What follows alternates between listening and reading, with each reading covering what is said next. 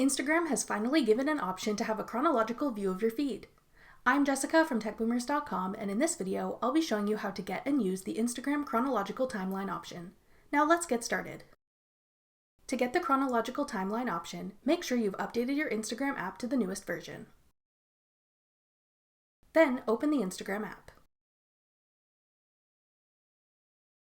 Tap the Instagram logo in the top left corner of your homepage. This will give you two feed options, favorites and following. To see a chronological feed of posts from accounts you follow, select following. Then you can check out recent posts from people you follow. If you want to switch back to the normal Instagram feed, simply tap the home button in the bottom menu to go back to the main feed that takes Instagram's algorithm into account.